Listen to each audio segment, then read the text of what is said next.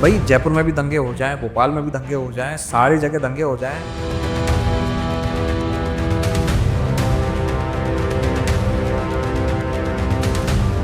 अब ऐसा हो गया, मुस्लिम्स तो माइनॉरिटी में हैं, हिंदू, उन्हें पता चल गया कि हमारे हिंदू भाइयों को मार दिया 26 लोगों को, तो हिंदू क्या करेंगे, अब मुस्लिम को पकड़ पकड़ के मारे। ठीक है, अगर आप डायरेक्ट दुश्मन नहीं हो बट आप दोस्त भी नहीं हो ना, क्योंकि जब अभी वॉर हुआ था तब पाकिस्तान के पास वो वाली ड्रोन्स और मिसाइल्स थी जो चाइना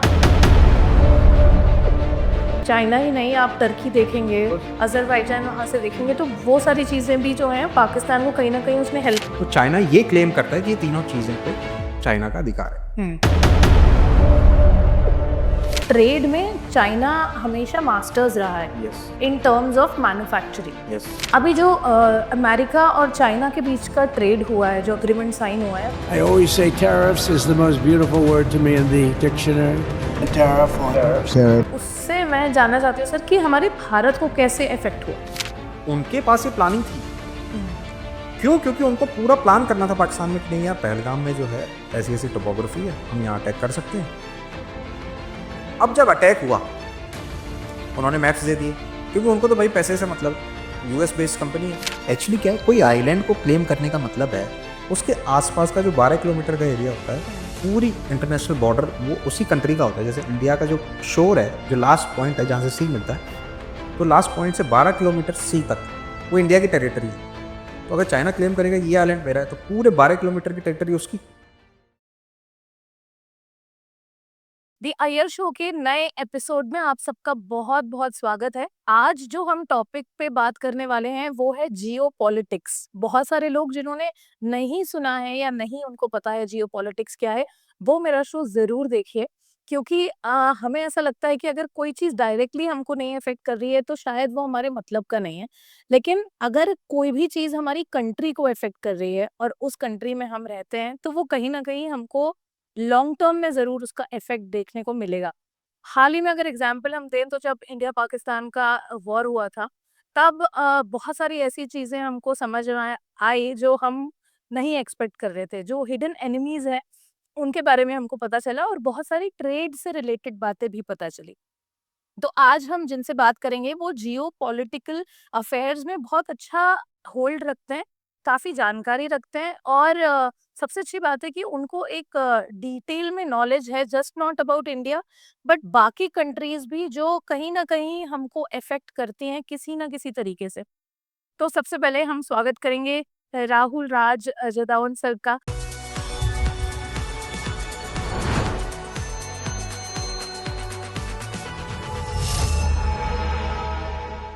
सर आप कैसे हैं? मैं एकदम ठीक हूँ रोशनी।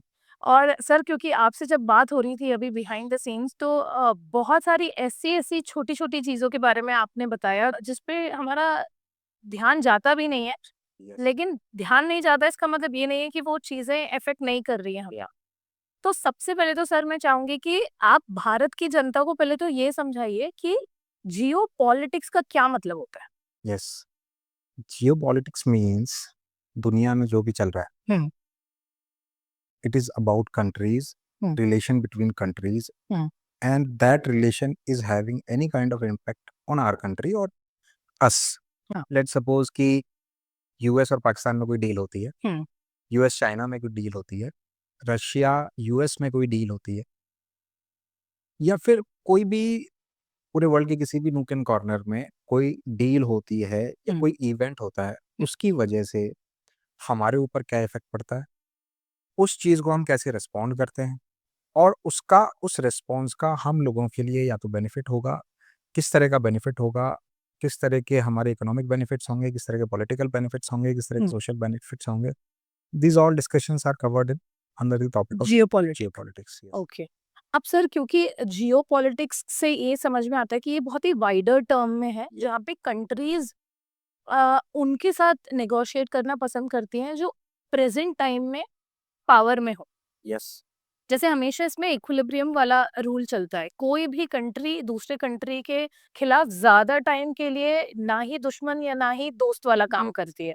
तो ये जो सर स्ट्रक्चर है ये कैसे चलता है? आप जैसे मान लीजिए, I should talk about like कि जैसे हम लोग घर में ही देखते हैं, मान लीजिए हम लोग को हमारे घर में हम लोग, हमारे पास ज़मीन है, हम कुछ गेहूँ उगाते हैं, ठीक है। ठीक है? हमें रोटी खानी है, हम्म। हम गेहूँ उगाते हैं, उसका आटा बनाते हैं। हम्म। आटे के लिए हो सकता है हम लोग चक्की पे जाएँ, किसी और व्यक्ति के पास चक्की है। आटे के साथ, रोटी के साथ हम लोग सब्ज़ी खाना पसंद करते हैं, तो सब्ज़ी हमारे घर में तो उगती नहीं, किसी और के घर में उगती है। Hmm. The country is also like a home. आप सोचिए कि कोई कंट्री में कोई चीज़ प्रोड्यूस होती है, कोई दूसरी कंट्री में कोई और चीज़ प्रोड्यूस होती है, हम्म। तो वो चीज़ जो पहली कंट्री में प्रोड्यूस हो रही थी, वो तो दूसरी कंट्री को रिक्वायर्ड है। दूसरी कंट्री में जो प्रोड्यूस हो रही थी, वो पहली कंट्री को रिक्वायर्ड है। तो ये म्यूचुअली जो पूरा बैलेंस है, ये जो पूरी चीज़, पूरा जो ट्रेड है या पूरी एक दूसरे के इंटरेस्ट छुपे हुए हैं, दिस इज़ लाइक कि this very similar to the home concept. घर की तरह ही है। हर चीज़ हम अपने घर में कर नहीं सकते, हमें कुछ चीज़ें बाहर से चाहिए। Similar can be talked about the Nations also. कुछ चीज़ें जो हैं वो नेशंस के पास खुद के पास होती हैं, तो दे प्रोड्यूस देमसेल्व्स। कुछ चीज़ों के लिए वो दूसरे कंट्रीज़ पे डिपेंडेंट होते हैं, hmm. They import those things. Hmm. तो this is the thing, this is the structure okay. That has been there. Trades were there since ancient times, hmm. You know. और वो हम लोग कब से देख रहे हैं, I mean not the recent history, not the ancient history. ये ट्रेड तो शुरू से ही रहा है। India was famous for the spices trade. हम्म।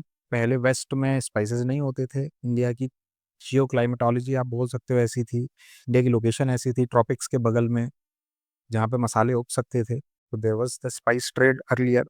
जैसे मान लो यहाँ से हम स्पाइस बेचते थे, वहाँ से अपन डायमंड्स मंगाते थे। जैसे we use to import diamonds from Afghanistan, many things like हम कॉटन भी जैसे बांग्लादेश से, बांग्लादेश was itself मतलब इंडिया में ही था, but hmm. there were many things which we used to import and we used to export the spices. So this is the thing, world is dependent, each country is dependent on other country. Another country. Yes. But sir जब China की हम बात करते हैं तो trade में China हमेशा masters रहा है Yes. In terms of manufacturing, Yes. है ना। हम बाकी डिफेंस फोर्सेस की भी बात करेंगे कि कितने हम स्ट्रांग है, कितने वो Yes. स्ट्रांग है। Yes. बट क्योंकि अभी यहाँ पे ट्रेड की बात हो रही है, अभी जो अमेरिका और चाइना के बीच का ट्रेड हुआ है, जो अग्रीमेंट साइन हुआ है, उससे मैं जानना चाहती हूँ सर कि हमारे भारत को कैसे इफेक्ट हुआ है। Yes. So when Donald Trump came to power, जब वो राष्ट्रपति बने, तो उनके जो इलेक्शन कैंपेन था हम्म। या फिर उनकी जो स्पीचेस थी, तो उससे ऐसा लग रहा था कि there could be a fierce rivalry. भाई चाइना और यूएस जो हैं एक दूसरे के दुश्मन बन जाएंगे, हम्म। और अगर प्रेसिडेंट ट्रम्प प्रेसिडेंट बनता है हम्म। तो भाई वो चाइना से सारी चीज़ें इंपोर्ट करना बंद कर देंगे, हम्म। ऐसा उनकी स्पीचेस से लगा। हम्म। अब जब वो पावर में आए तो उन्होंने बहुत सारे टैरिफ्स भी क्रिएट करे। जब उन्होंने टैरिफ्स क्रिएट करे तो there were many companies who thought कि यार चाइना जो है ट्रम्प की पॉलिसीज से अफेक्ट होगा, हम्म। तो वहाँ की मैन्युफैक्चरिंग भी अफेक्ट होगी। हम्म। तो उन्होंने, there were many investment funds, there were many companies who used to started investing in India also. Hmm. उन्होंने सोचा कि नहीं यार, India could be the big thing. Before Trump there was a policy, China plus one. Policy was called China plus one. World wanted to see a country where there are alternatives available hmm. and which could compete with China. Why was the term called sir China plus one? उसका क्या Because मतलब? China is the biggest thing in the, it is the elephant in the room. For many things, let's see, there are two kinds of manufacturing. Hmm. I would like to tell you. One manufacturing is about high-end manufacturing. That is about planes, let's suppose, Boeing. So that manufacturing happens only in the Western countries, either US or Europe. The low-end manufacturing primarily centered in China. Hmm. आप toys, pins, clothes, shoes, name आप whatever, बोल रहे थे toothpaste के जो yes, packet toothpaste के packet, everything hmm. Is being manufactured in China. Hmm. तो मतलब name a thing and you will be finding कि यार ये तो चाइना में अवेलेबल यूज हो रहा है। हाँ। मतलब I will give you an example. अभी डोनाल्ड ट्रंप की इलेक्शन कैंपेन से पहले उन्होंने कहा था बॉयकॉट चाइना। हम्म। तो बॉयकॉट चाइना वहाँ के लोगों को पसंद आया, उन्हें लगा कि नहीं यार चाइना हमारा ही पैसा लेके और हमारे खिलाफ ही खड़ा हो रहा है, वेपन्स प्रोड्यूस कर रहा है। तो उन्होंने क्या किया कि अपने टी शर्ट्स पे उन्होंने लिखा boycott China. And you will be surprised bye knowing कि वो टी शर्ट जो थी जिन पे लिखा हुआ था बॉयकॉट चाइना, वो भी चाइना से ही आई थी। आप सोचो, this is the kind of thing which China is doing. तो आप सोचो, वो चीज भी चाइना आप जो चीज सोच रहे हो लो एंड मैन्युफैक्चरिंग पे, that is being produce in China. अब वर्ल्ड को लगा कि यार हम लोग तो ऐसे तो अगर चाइना पे डिपेंडेंट रहेंगे तो there could be a crisis. मान लो चाइना ने कह दे कि नहीं भाई हम नहीं भेजेंगे, तो क्या करेंगे उधर? क्या करेंगे? हम्म। तो वर्ल्ड को लगा दूसरी चीज एक कंट्री को देना ये भी तो हो सकता है। मान लो एक चीज वास्तव में 10 रुपए की है, चाइना ने इसकी कॉस्ट बढ़ा के कर दी 50 रुपए, तो भाई चलो यूएस यूके तो सब वो कर लेंगे अफोर्ड, हम क्या करेंगे? लेकिन अफ्रीका क्या करेगा? हम तो ठीक है चलो, we are having that standard, लेकिन अफ्रीका में क्या करेगा जो कि सारी चीजें मान लो चाइना से जा रही है, तो वहां क्या होगा? वहां के लोग तो भूखे मर जाएंगे। तो लोगों को लगा कि भाई, या वर्ल्ड को लगा कि नहीं यार चाइना को तो ठीक है, चाइना इज डूइंग, उनका काम कर रहे हैं वो, लेकिन हमें कोई ऐसा भी दूसरा कंट्री चाहिए जहां पे हम लोग चाइना जैसा एक पार्टनर या चाइना के एक कंपटीशन में एक दूसरी कंट्री को क्रिएट कर सकें। उनको लगा कि there are many factors in which India could help that. क्यों? सबसे पहले तो हम लोग जो हैं population. Population, this is the biggest reason. दूसरी बात, वर्ल्ड को लगा कि भाई हम लोग इंडिया को एज ए कॉम्पिटिटर यूज कर सकते हैं। हाँ। इसलिए भी कर सकते हैं क्योंकि कल्चरल फैक्टर्स हैं, पॉपुलेशन है ही, दोनों एंशियंट सिविलाइजेशंस हैं, वर्कफोर्स मिल ही जाएगा। वर्कफोर्स मिल ही जाएगा, स्किल्ड वर्कफोर्स। आपके जो भी कोई भी 3 फैक्टर होते हैं, लैंड, लेबर एंड मनी, कोई भी चीज को शुरू करने के लिए। लैंड इंडिया के पास भी है, चाइना के पास भी है, लेबर इंडिया में भी है, चाइना में। वेस्ट ने सोचा कि यार मनी हम प्रोवाइड कर देंगे इंडिया को, एंड इंडिया को प्रमोट करना चाहिए। और ये जब से आपके इंडिया में मोदी गवर्नमेंट आई है, रेजीम चेंज हुई है, तो गवर्नमेंट ने ऐसी पॉलिसीज भी लाई हैं, जैसे मेक इन इंडिया हो गया, या फिर पीएलआई स्कीम हो गया, वो परफॉर्मेंस लिंक्ड इंसेंटिव्स होते हैं। तो कई ऐसी स्कीम्स लाई है गवर्नमेंट जिससे उन चीज़ों को, मैन्युफैक्चरिंग को बढ़ावा मिले। They have levered the taxes also, उन्होंने कई कंपनीज पे मतलब बढ़ावा देने के लिए टैक्स रिबेट्स भी दिए हैं। तो ये सब इसीलिए हुआ, वेस्ट सोच रहा था कि भाई हमको इंडिया को प्रिपेयर करना है। अब उन्होंने जब प्रिपेयर किया, मान लो they were preparing, they were doing something, India was also doing. भाई उनको, इंडिया भी अपने स्तर पे अपनी लेवल से वर्कफोर्स को स्किल कर रहा था। There are many skill oriented programs also. Skill India mission is there, dedicated to the skilling of the mass of the India population. तो एक भाई, एक की आप एक ही चीज पे, एक ही कंट्री पे डिपेंडेंट रहोगे तो उससे बेटर है कि आपको 2-3 ऑल्टरनेटिव रखो। भाई एक जगह क्राइसिस होती है तो कम से कम आप दूसरी जगह तो कर सकते हैं। This was the world thinking.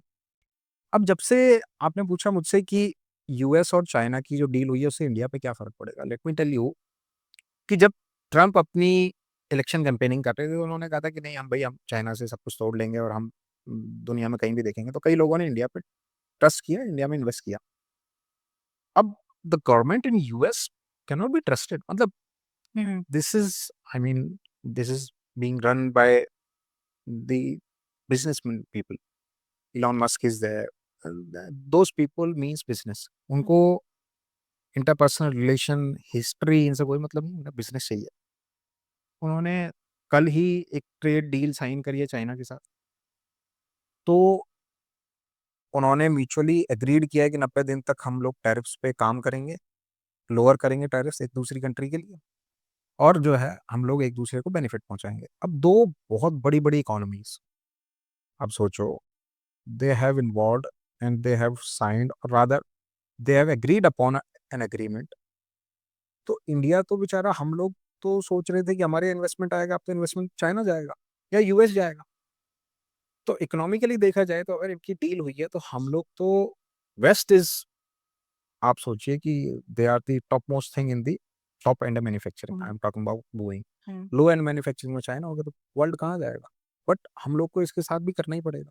क्या बट सर अगर आप एक तरीके से देखेंगे तो इंडिया का एक्चुअली कॉल्ड फ्रेंड अगर हम बोलें, क्योंकि रशिया ने अभी तक ऐसा कोई एग्जाम्पल नहीं दिया है, इसीलिए मैं उसका नाम नहीं ले रही हूँ, लेकिन be it America, be it China, beat Pakistan, तो खैर वो पूरा वहीं से ऑपरेट होता है चाइना से, तो उसको मैं नहीं गिन रही हूँ। बट अगर आप ये चीज़ों को देखेंगे तो ये सारे ही इन अ वे मुझे लगता है, ठीक है, अगर आप डायरेक्ट दुश्मन नहीं हो बट आप दोस्त भी नहीं हो ना, क्योंकि जब अभी वॉर हुआ था तब पाकिस्तान के पास वो वाली ड्रोन्स और मिसाइल्स थी जो चाइना के इक्विपमेंट से बनी है, जो चाइना से थी। बिल्कुल चाइना ने और सिर्फ चाइना ही नहीं, आप टर्की देखेंगे, अजरबैजान वहां से देखेंगे, तो वो सारी चीजें भी जो हैं पाकिस्तान को कहीं ना कहीं उसने हेल्प करी है। बिल्कुल अगर सर मैं कारगिल वॉर की बात करूं तो उस टाइम पे भी अमेरिका ने हमें सपोर्ट नहीं किया था, बिल्कुल नहीं किया, उन्होंने जीपीएस हमारा बंद कर दिया था उस टाइम पे भी। बिल्कुल किया था। तो अगर हमारा एक अग्रीमेंट हो भी जाता है, मान के चलिए अभी जो 3 चीज़ें में जो हमारा ट्रेड एग्रीमेंट हुआ है, छोटी-मोटी चीज़ें हैं वो, आई थिंक लिकर में that is with the UK. UK, yes हाँ। यस हाँ, तो अगर हम चलिए अमेरिका की तरफ भी हम देखते हैं, यूएसए की तरफ भी हम देखते हैं, तो एज़ सच मुझे इस वॉर में किसी स्ट्रॉन्ग नेशन का सपोर्ट इंडिया की तरफ तो नहीं दिखा मुझे। नहीं एक चीज़ होती है सर मैन पावर होना, मैं मान सकती हूँ कि आर्मी हमारी बहुत स्ट्रॉन्ग है। But in terms of technology, जैसे हमारे इंडिया का टोपोग्राफी ऐसा है कि पहाड़ों में आपको टेक्नोलॉजी नहीं काम आई, वहाँ पे इंसान को दूसरे इंसान से लड़ना पड़ेगा, बिल्कुल उसमें हम चाइना को हरा सकते हैं। बिल्कुल लेकिन जब सर टेक्नोलॉजी की बात है हैक करने में, जैसे कोडिंग में अगर हम देखेंगे तो चाइना और इंडिया दोनों ही बहुत स्ट्रांग है। यस और चाइना ने हूबहू जो, if I am not wrong, F-22 जो अमेरिका के पास एक जनरेशन यस यस, उसको बिल्कुल वैसा ही कॉपी करके डिट्टो अपने पास भी एक फाइटर प्लेन बनाया है। यस फिफ्थ जनरेशन हाँ, यस तो हैक करने में चाइना बहुत आगे है। Yes. तो साइबर थ्रेट बहुत, अगर न्यूक्लियर मान के चलिए ना हो ऐसा कभी लाइफ में, लेकिन ऐसा कभी टाइम आए कि हमें न्यूक्लियर वेपन यूज करना पड़े और वहां पे आप स्लाइटली कुछ कर देते हो जिससे आपका कोई कुछ डिस्टरबेंस आ जाता है, तो ये बहुत बड़ी चीज है यस जिसका अंदाजा चाइना को बहुत अच्छे से इन टर्म्स ऑफ टेक्नोलॉजी। हम टेक्नोलॉजी से, अब देखिए सर, जब कोविड भी हुआ था तो बहुत सारे लोग बोलते हैं कि ये बैट से निकला था, किसी एनिमल से आया, बहुत सारे लोग इसे बायोलॉजिकल वेपन की तरफ ही देखते हैं, यस है ना। और डब्ल्यूएचओ से भी क्लीन चिट मिल गया था चाइना को। लेकिन कभी भी चाइना सीधे नहीं लड़ेगा आपसे। अगर इंडिया से कुछ नहीं था या आपको इंडिया को कुछ नहीं करना था, आप न्यूट्रल रहते ना। यस अगर आपको हमें नहीं सपोर्ट करना था, आप पाकिस्तान को भी नहीं सपोर्ट करते। बिल्कुल ठीक। तो इससे तो ये चीज दिखती है कि वो स्टार्टिंग से ही, एंड जस्ट नॉट पाकिस्तान, अगर आप देखोगे बांग्लादेश से भी उसका कनेक्शन है। अगर आप पोर्ट्स डेवलप करने की बात करेंगे, श्रीलंका से भी है। वाटरवेज से भी डोमिनेंस चाहता है चाइना। तो आप देखिए ना, इंडिया को पाकिस्तान तो सिर्फ ऐसा है कि वो बोलते हैं ना, कंधे पे बंदूक रख के चलाने वाली बात है। बिल्कुल ठीक तो ये तो डिप्लोमेसी का तो सरताज है चाइना। है। Actually in China there is a doctrine, hmm मतलब वहाँ की आर्मी स्कूल्स में ही पढ़ाया जाता है कि war is not conventional. Hmm आप आमने सामने गन्स लेके नहीं लड़ सकते। Hmm war is about many things. Hmm जैसे first is the, I mean, एक मेजर साहब हैं अपने, वो कहते भी हैं हम्म इंफॉर्मेशन वॉरफेयर। हम्म वो ये कहते हैं कि भाई आप, चाइना ने ऐसा ऑरा क्रिएट किया हुआ है कि आप उसे लड़ ही नहीं सकते।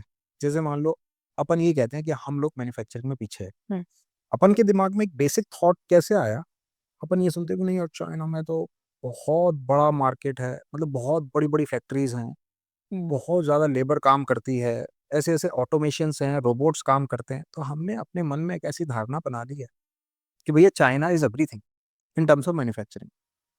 तो ये कैसे बनी? ये एक्चुअली चाइना ने ऐसी चीज़ें दुनिया को, वही चीज़ें दिखाई जो दुनिया को ये लग जाए कि नहीं यार चाइना इज एवरीथिंग। तो ये this is not the truth. भाई ताइवान इज कंपेयरिंग, ताइवान लड़ रहा है चाइना से, कई सारी चीज़ें ताइवान में प्रोड्यूस होती है। साउथ कोरिया सोचो आप, हुंडई यार, LG, Samsung, these are the products of कितना ये अपना साउथ कोरिया। ताइवान में कई सारी चीजें होती है जो ताइवान में बनती हैं, वो कर रहे हैं चाइना से compete। लेकिन चाइना ने वर्ल्ड के सामने ऐसा ऑरा क्रिएट कर रखा है कि नहीं, we are the manufacturing super power. तो this is the kind of war, this is the kind of mindset they are imposing upon the world कि नहीं यार हमसे बड़ा तो कोई है। हम्म दूसरा चीज क्या है, एक वो कहते हैं कि भाई legal warfare also they do. भाई मान लो कोई किसी जगह, मान लो ब्राजील में कोई इंडिया मान लो ब्रिज बना रहा है हम्म या डैम बना रहा है, चाइना क्या करेगा, वहां के जो लेबर होंगे, उनके हेड होंगे, उनको पैसे देगा, उनसे कहेगा कि भैया आप कोई भी बहाना लगा के, जैसे एनवायरनमेंट बहाना लगा के अब इस पे स्टे लाइए। इंडिया और ब्राजील का कोऑपरेशन तो गया ना फिर। तो वो क्या करते हैं, थोड़े से पैसों के लिए, मान लो आपके $10 बिलियन का कोई प्रोजेक्ट है, वो $10,000 देगा किसी व्यक्ति को चाइना वहाँ पे, और अपने प्रोजेक्ट्स को डीरेल करा देगा। इससे इंडिया को धक्का लगाना, इंडिया और ब्राजील की मतलब कोऑपरेशन में दिक्कत आई। तो ये इसका मोडस ऑपरेंडी यही है चाइना। तो वो जो दिखता है उसको पता है कि यार कन्वेंशनल मेथड से वी कैन नॉट कम्पीट।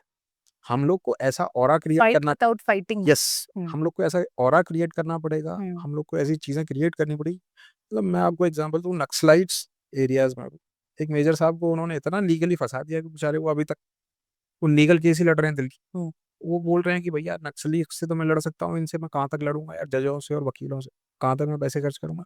तो this is the kind of things China is doing actually. अब ये चाइना कर रहा है तो ये उसको बेनिफिट तो हो ही रहा है। आपने ऐसा ऑरा क्रिएट कर दिया कि नहीं हमारे पास हमसे बढ़िया फैक्ट्रीज नहीं है, ऐसा थोड़ी है। हुंडई कहाँ से आ गया, टोयोटा कहाँ से आ गया, जापान तो छोटा सा कंट्री है, बट नहीं, उन्होंने ऐसा ऑरा क्रिएट कर दिया है कि नहीं यार we are the biggest, we are the elephant in the room, बाकी सब छोटे हैं, बहुत कुछ है ही नहीं, हम चीज जो है वो बनाएंगे वही सबसे सुपीरियर है। ऐसा नहीं है, लेकिन उन्होंने ऐसा ऑरा क्रिएट कर दिया है। अब ऐसा ऑरा क्रिएट करने के बाद हम लोग को इससे क्या करना चाहिए, इंडिया को भी ये चीजें करनी चाहिए। क्योंकि सर जैसे अमेरिका का एलाइस ऑस्ट्रेलिया के साथ भी है, जापान के साथ भी है, इंडिया और जापान का कैसा relation? Very good, India and Japan are collaborating on many many things, because see Japan, आपने अभी थोड़ी देर पहले कहा था कि China is the head of manufacturing. Let me tell you कि चाइना जो है मैन्युफैक्चरिंग में, this is a phenomena of only 20 years। Earlier Britain was the manufacturing head. जब इंडिया में क्लोथ्स इंपोर्ट होते थे, मतलब there were mills in Manchester, तो वहाँ पे सारा जो है सारी चीज़ें वहीं प्रोड्यूस होती थी, गाड़ियाँ राजा लोग खरीदते थे, कपड़े वहाँ से आते थे अपने, कई सारी चीज़ें, इवन ब्रिटिश मेड पंखे, refrigerators were used to come from Britain. तो there was a time when Britain was the king. फिर दिस प्रोडक्शन शिफ्ट इट धीरे धीरे धीरे धीरे इन फेजेस, अलग अलग कंट्रीज में गया। चाइना ने उस अपॉर्चुनिटी को ग्रैब कर लिया। ब्रिटेन में इसलिए भी क्योंकि वहाँ पे पॉपुलेशन स्टेबलाइज्ड है, उनके पास और भी तरीके हैं अपनी इकोनॉमी को ग्रो करने के लिए। धीरे धीरे चाइना ने सोचा कि नहीं यार ये तो हम लेते हैं, उन्होंने लिया भी, इसको दोनों हाथों से ग्रैब किया सारी चीज़ों। But this happened in last 20-25 years only, 30 years का मान लो। अब before 30 years the scenario is different, presently China is a thing.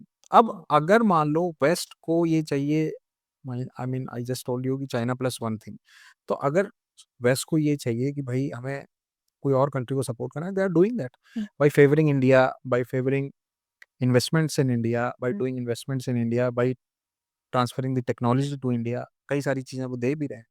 तो this is the thing happening, but ये एक ग्रेजुअल प्रोसेस है, this not can not happen in one day.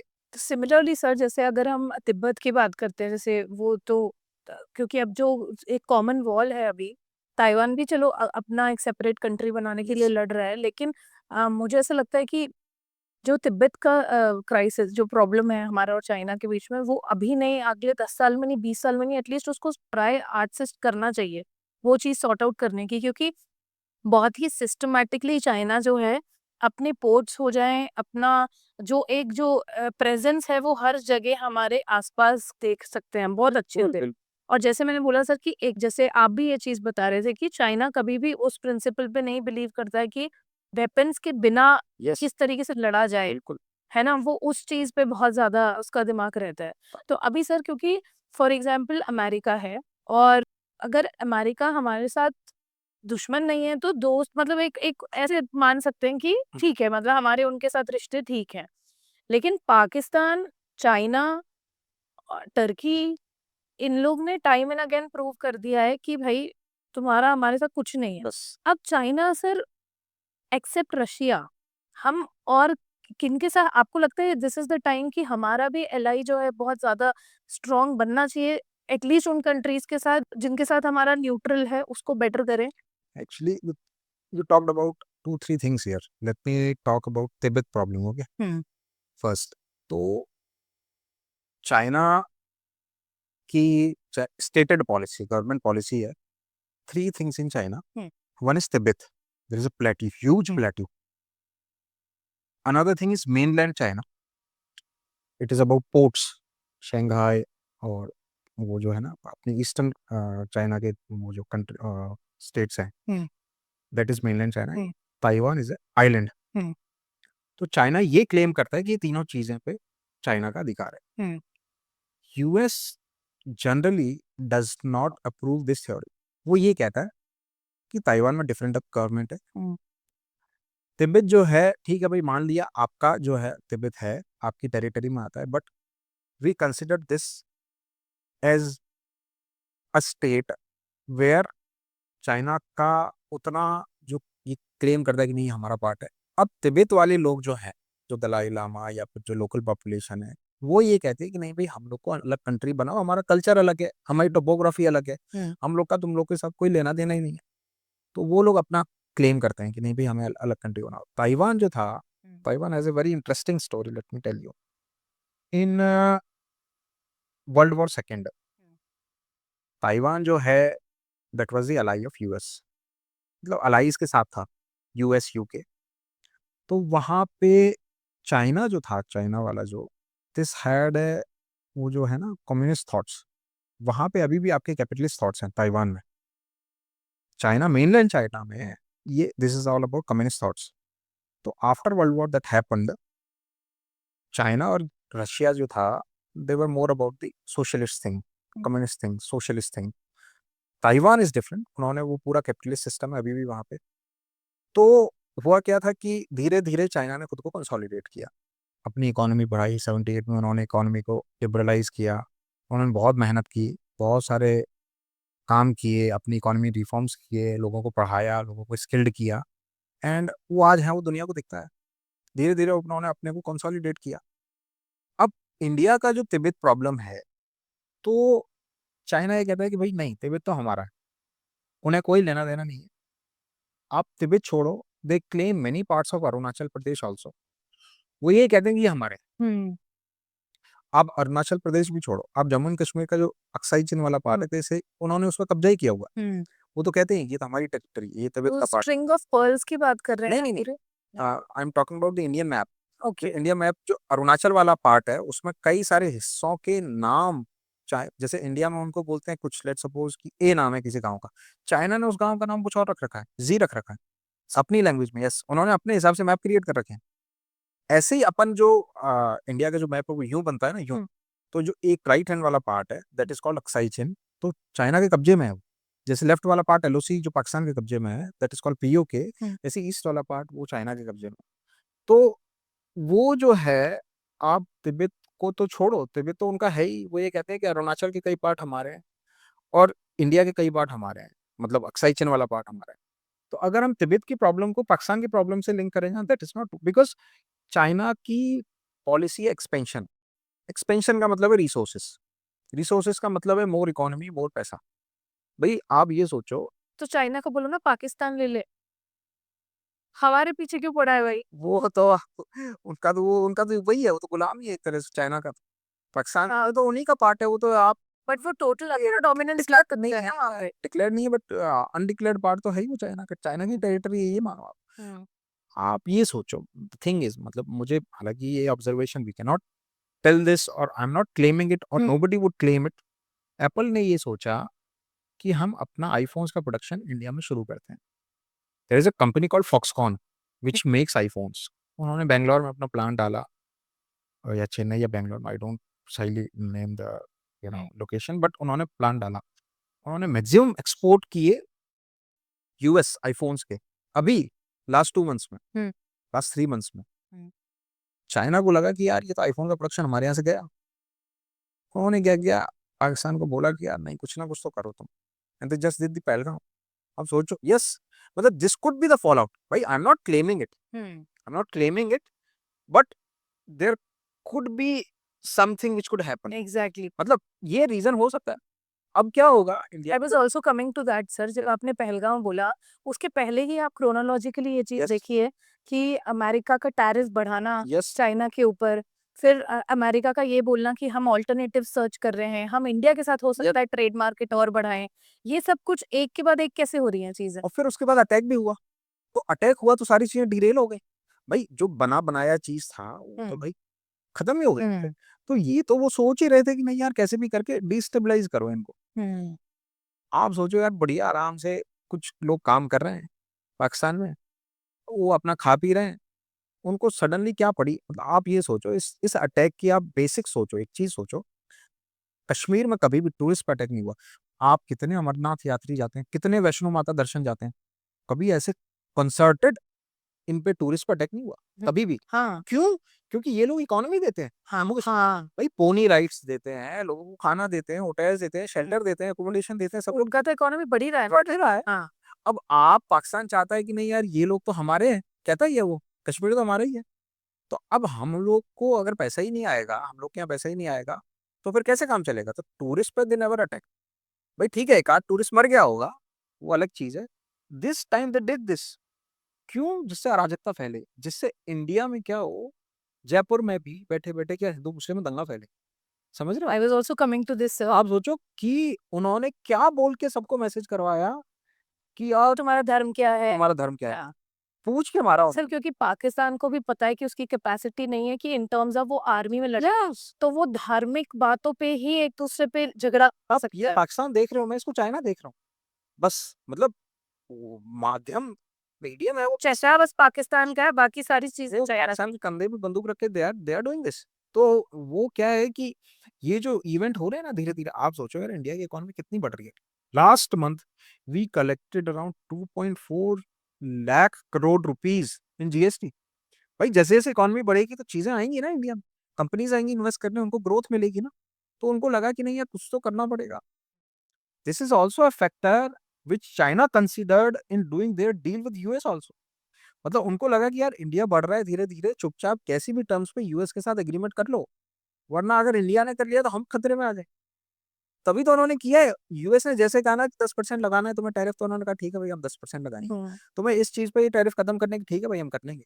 क्यों? उन्हें पता था कि नहीं यार अगर हमने एग्रीमेंट नहीं किया तो ये तो वैसे ही हमारे खिलाफ है, हम्म ये तो इंडिया के साथ कर लेंगे। बट ये सर शुरू तो ट्रम्प से हुआ था ना, जब यस ट्रम्प ने चाइना के ऊपर टैक्स लगाया, उसको वो इनिशिएट तो वहीं से हुआ है यस, ट्रम्प ने लगाया। कि चाइना ने रिटेलिएशन में बोला ना यस, कि 83% जो भी हम उनको तो ट्रम्प को तो सारी चीजें अपने घर में चाहिए, उनको यहाँ तो सारी फैक्ट्रीज उसे अपने घर में चाहिए, हम्म सारी लेबर फोर्स उसके अपने हम्म अच्छे अच्छे लोग अपने यहाँ चाहिए, सारे डॉक्टर्स अपने यहाँ अच्छे चाहिए, सारे इंजीनियर्स अपने यहाँ चाहिए। वो कैसे कर सकता है इस चीज को? यूएसएसआर भी ऐसी तो अलग हुआ था सर मेरे ख्याल से। USSR is a different story, अच्छा, वो थोड़ा अलग है। ऐसा वो अलग। We will discuss about that also, but okay. वो तो यूएस में ये चाहिए उनको। हम्म उन्होंने सोचा कि यार अगर ऐसे चाहिए तो भाई कैसे करें, हमारा तो पैसा सारा जा रहा है बाहर, क्योंकि हमारे यहाँ छोटी छोटी चीजें। मैं आपको एक एग्जांपल देता हूँ। इंडिया में जो मोबाइल कवर मिलता है 100 200 500 1000 रुपए का, वो यूएस में मिलता है 5000 का, 5000 का। वही चीज जो सेम इंडिया में आ रही है कवर, मोबाइल कवर, वो आ रही है बन के चाइना से, यूएस में भी चाइना से ही जा रही है। लेकिन यूएस वाले उस चीज के लिए इतना खर्च कर सकते हैं, तो मेनली पैसा यूएस का कहाँ जा रहा है? चाइना की पॉकेट्स में।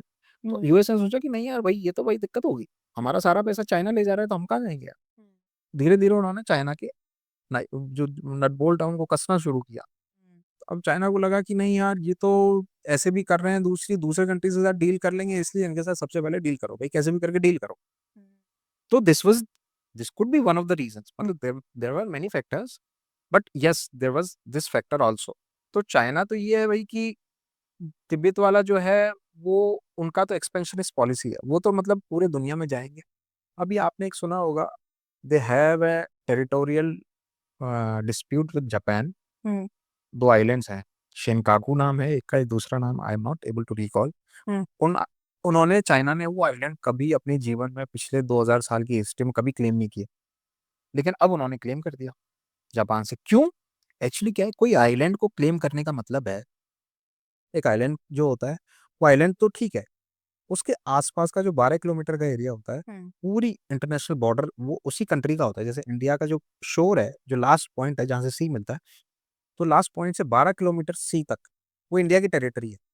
तो अगर चाइना क्लेम करेगा कि ये आइलैंड मेरा है, तो पूरे 12 किलोमीटर की टेरिटरी उसकी, पूरे चारों तरफ।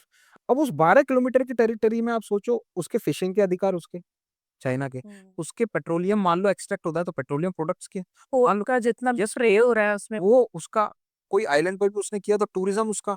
तो भैया कोई आइलैंड को अगर क्लेम करने का मतलब है कि भैया पूरा आइलैंड नहीं है वो, उसके अलावा 12 किलोमीटर का वो एरिया, उसके अलावा 100 नॉटिकल माइल्स का वो एक्सक्लूसिव इकोनॉमिक जोन बोलते हैं, वो भी उन्हीं का है। मतलब उसमें वो इकोनॉमिक कोई एक्टिविटी कर सकते हैं। हम्म तो they have this dispute with this Japan, they hmm have this dispute with Vietnam also.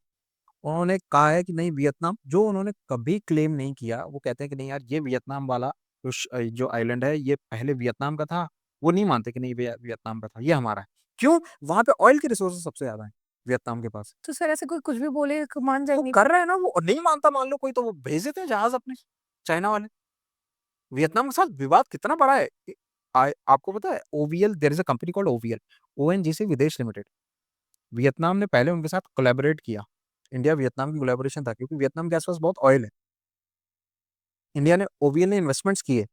China ने कुछ दिन बाद क्लेम कर दिया कि नहीं यार ये टेरिटरी हमारी है, वियतनाम का कोई लेना देना ही नहीं। भाई मतलब सारी चीजें हो गई। तो China is doing this expansionist thing in the last, let's say 15-20 years China is doing this. क्यों? जितनी बड़ी टेरिटरी उतने बड़े रिसोर्सेज, उतने बड़े आपका एरिया, उतने बड़े रिसोर्सेज, मतलब इकोनॉमी, किसी भी तरीके से मान लो आप उसको। अब तो तिब्बत तो वही चाइना की एक्सपेंशनिस्ट पॉलिसी की, नहीं तिब्बत भी हमारा है, ताइवान भी हमारा है, वियतनाम के कुछ आइलैंड भी हमारे हैं, जापान के कुछ आइलैंड भी हमारे हैं, श्रीलंका में पोर्ट भी हमने बना दिया, वो भी हमारा है। आपको पता है हम्बनटोटा पोर्ट में there is a lease of 99 years। मतलब 99 years के लिए वो पोर्ट का पूरा राइट चाइना ने पाया। ऐसे हाँ, चाइना के, लीज में ये लोग खरीद, यस, करेक्ट, हाँ। There are many countries in Africa which did this thing to China. उन्होंने कई सारे अपनी लैंड्स जो है वो चाइना को दे दी, पोर्ट्स बनाने के नाम पे या माइनिंग के नाम पे उन्होंने खरीद ली। और वो क्या कर रहे हैं, वही ट्रेड इकोनॉमी। तो ये तो तिब्बत वाला प्रॉब्लम दिस प्योर उन्होंने ये कुछ नहीं सर अनाउंस किया कि अमेरिका का भी कोई पार्ट हमारा है? वो तो नहीं किया फॉर्चुनेटली, वरना उनको लगता है ना कि यार अमेरिका तो भाई हमारे साथ गड़बड़ कर सकता है। मैंने सर ये चीज दिखाई है कि आप देखो ना कितना स्ट्रैटेजिकली, पाकिस्तान का भी यही प्रॉब्लम है। इंडोनेशिया जो जगह है वहां पे पाकिस्तान से ज्यादा मुस्लिम पॉपुलेशन, यस, लेकिन आपने कभी नहीं सुना होगा कि वहां पे नो, दो लोग झगड़ रहे हैं ये वो। चाइना में मस्जिदों को तोड़ के वहां पे टॉयलेट्स बनाए गए हैं, यस, तब इनकी जबान नहीं खुलती। नहीं खुलती। ये एक्चुअली क्या है, India Pakistan problem is also has its roots in the history of India Pakistan. आप सोचो, हम्म अंग्रेजों ने अपने इंटरेस्ट के लिए हम्म दो कंट्रीज बनाई, ठीक है। वो this was the colonial problem we can say which started there, now being continued by China. भाई उन्होंने क्या किया, सबसे पहले 1905 में उन्होंने बंगाल को डिवाइड किया, हम्म ईस्ट बंगाल और वेस्ट बंगाल बनाया। हम्म मतलब east Bengal, east means Bangladesh, which is now Bangladesh, this is now Bangladesh, east for the Muslims, Muslims, west for the Hindus. Hindus, okay. ये उन्होंने कहा, इसीलिए बंगाल का उन्होंने डिवाइड किया। उनसे एक्सप्लिसिटली उस समय पे जो गवर्नर जनरल से, उनसे पूछा कि भैया आपने क्यों किया है। इंडियंस कह रहे थे कि नहीं ये ऐसा इसलिए किया है कि भैया हिंदू और मुस्लिम में लड़ाई करवाना चाहते हैं। हम्म उन्होंने कहा नहीं नहीं हमने इसलिए नहीं किया। 3 साल बाद उनका बयान आता है कि नहीं यार हमने किया तो इसीलिए था, लेकिन हम उस समय बोल नहीं सकते थे इस चीज को। तो this is documented in Indian history books. अब सोचो आप, उन्होंने क्या करना था, divide and rule. Hmm same उन्होंने वहां किया, सेम उन्होंने पाकिस्तान में ये जो पंजाब वाला चीज थी यहाँ भी किया। अब उन्होंने जब यहाँ किया तो आपस में फूट टल गई, ऐसी ऐसी चीजों पे विवाद होने लग गए। टू नेशन थ्योरी आ गई, जहाँ पे बोला कि नहीं यार हम तो मुस्लिम है, हमारे तो एरिया ऑफ इंटरेस्ट ही अलग है भाई, वी आर नॉट सेम। अभी बोला ना मुनीर ने, आसिम मुनीर ने बोला था जस्ट पहलगाम अटैक से पहले कि नहीं भैया ये तो टू नेशन थ्योरी है, हिंदू तो हमारे सबसे बड़े दुश्मन है, हम तो उनके साथ रह ही नहीं सकते। तो अब सोचो आप कि यार ऐसी चीजें बोल दी उन्होंने, ऐसी चीजें कर दी, तो उन्होंने शुरू की है प्रॉब्लम अंग्रेजों ने, हिंदू मुस्लिम वाली। ये और कहीं क्यों नहीं है, इंडोनेशिया में क्यों नहीं है, या आपके और किसी भी कंट्री में क्यों नहीं है? चाइना में आप देखो सर कितने स्ट्रिक्ट रूल्स हैं।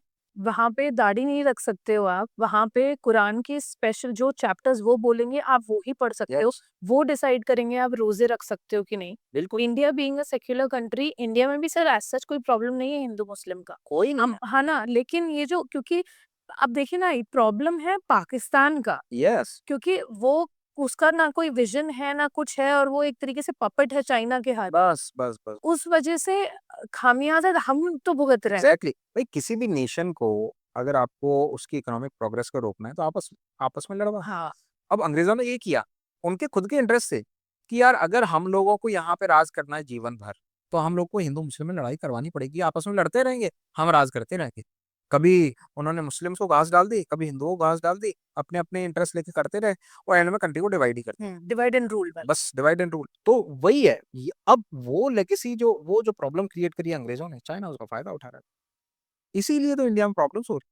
वेल आप सोचो ना यार कि कितनी बड़ी इश्यूज हैं। आप क्या यार, वी आर ऑल ह्यूमंस, मतलब क्यों हम लोग के बीच में डिफरेंसेस होंगे? भाई आप लोग अपना काम कर रहे हो, हम लोग अपना काम कर रहे हैं, आपकी खुद के अपने इकोनॉमिक इंटरेस्ट हैं, आप लोग उसके लिए क्या कर रहे हो हमें कोई मतलब नहीं, हम हमारे लिए कुछ भी कर रहे हैं। तो ये रिलीजन तो एक फेथ ही तो है भाई, आप कुछ भी मानो यार, जो लेकिन फिर भी वो ऐसे क्रिएट करते हैं, कई बार ऐसे अटैक करा देते। अब ये अटैक दुनिया देख रही है, पूछ रहे हैं कि वो हिंदू है या मुस्लिम है, ये आपस में लड़ाने के लिए ही तो है भाई। जयपुर में भी दंगे हो जाएं, भोपाल में भी दंगे हो जाएं, सारी जगह दंगे हो जाएं।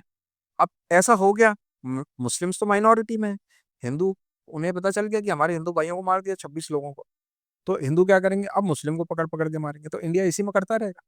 यार हम लोग के पास इतनी कहाँ है, हमारा जीडीपी कितना ज्यादा है। हाँ हम क्यों क्यों लड़े भाई? आप सोचो। लेकिन आपको नहीं लगता सर कि जनता को अब समझ में आ रहा है कि कुछ भी हो रहा है उसके पीछे का क्या रीजन है? एक टाइम था जब भोली थी जनता, नहीं समझ। जैसे पाकिस्तान में सर अभी भी जब मिसाइल अभी गिरी किसी वहां पे, तो वो कह रहे थे आसमानी बिजली गिरी। Yes yes yes. तो सर मुझे इस बात की एटलीस्ट खुशी है, जैसे पाकिस्तान में सर जब मिसाइल गिरी थी तो वहां की जनता कह रही थी कि ये आसमानी बिजली गिरी है। तो मुझे एटलीस्ट इस बात की खुशी है कि हिंदुस्तान की जनता को इतना तो बेवकूफ नहीं बना सकते हैं। अगर कुछ हो रहा है, कोई अटैक हो रहा है, तो उस स्पॉन्टेनियस आपका रिएक्शन हो सकता है यार कि ये तो धर्म के नाम पे ये तो हो रहा है। लेकिन जब जनता सोचती है, उनको भी ये चीज समझ में आती है क्योंकि जागरूक है, लोग समझ पा रहे हैं। क्योंकि अब अमेरिका की बात क्यों कर रहे हैं हम? अगर ये सिर्फ बात इंडिया पाकिस्तान की होती तो हमें सिर्फ इन दोनों कंट्रीज के बारे में बात करनी चाहिए थी। हम इसमें अमेरिका की बात कर रहे हैं, चाइना की भी बात कर रहे हैं, जापान की बात कर रहे हैं, रशिया की भी। इसका मतलब सब कुछ लिंक्ड है एक दूसरे से। Yes, this is called geopolitics, na? Yeah. That's why. See, मतलब what happened in Pahalgam हाँ and the reactions after the attack which Pakistan gave, हाँ उन्होंने कहा था कि नहीं हमारे यहाँ तो भाई सब अच्छा है, हमने वॉर जीत ली, और हम लोग तो भाई हमने इंडिया के इतने उड़ा दिए, हमने इतने राफेल मार दिए उनके, इनका कोई बेस नहीं है। उनके एक फॉरेन मिनिस्टर से पूछा कि भैया आपने कोई दिया है, सबूत दो क्या? उन्होंने वीडियो गेम के वो क्लिप्स दे दिए, उन्होंने वो जो कोई गेम है उसमें वो उनके क्लिप्स दे दिए कि देखो यार ये उड़ा रहे हैं। There is a company call Maxar technologies, Maxar एक्स मैक्सलर, I think I am not able to recall, but उसका वो क्या करती है, पूरे अर्थ के जो है मैप जो है वो सैटेलाइट उसने खुद ने छोड़े हुए हैं, मैप आपको क्लियर मैप प्रोवाइड कराती है। उस कंपनी से मतलब उस पूरे दुनिया में, जैसे मान लो अमेरिका में उस जगह पे क्या हो रहा है, आप उसका मैप देख सकते हो, आप अपना क्रेडिट कार्ड दो, वहाँ का मैप आप खरीद सकते हो। ये उस कंपनी के पास उन्होंने सैटेलाइट भेज रखे हैं, they are doing business with that. आपको पता है पहलगाम अटैक के 3 महीने पहले सबसे ज्यादा इमेजेस पहलगाम की पाकिस्तान बेस्ड कंपनी ने खरीदी थी, फ्रॉम दैट कंपनी मैक्सलर इमेजेस। तो उनके पास ये प्लानिंग थी, क्यों? क्योंकि उनको पूरा प्लान करना था पाकिस्तान में कि नहीं यार पहलगाम में जो है ऐसी ऐसी टोपोग्राफी है, हम यहाँ अटैक कर सकते हैं। अब जब अटैक हुआ उन्होंने मैप्स दे दिए, क्योंकि उनको तो भाई पैसे से मतलब, यूएस बेस्ड कंपनी है, उन्होंने मैप्स दे दिए। अब अटैक हुआ, फिर उसके बाद इंडिया ने अटैक किया। वही मैक्सलर टेक्नोलॉजी जो है उसके पास अभी भी मैप्स हैं, आज के भी मैप हैं, आज किसी जगह पे क्या हो रहा है। तो पाकिस्तान वाले कह रहे हैं कि भैया हमारे यहाँ तो कुछ भी नहीं हुआ, आसमानी बिजली गिरी, ये हुआ वो हुआ। तो मकसद टेक्नोलॉजीज ने क्या किया, इंडिया वाले ने सोचा कि यार क्या पता पाकिस्तान झूठ बोल रहा है, इंडिया वालों ने खुद ने पेमेंट किया कई लोगों ने, और देखा उसमें आप देख सकते हो 10 दिन पहले कैसी स्थिति थी किसी चीज की, और 10 दिन बाद की क्या स्थिति है।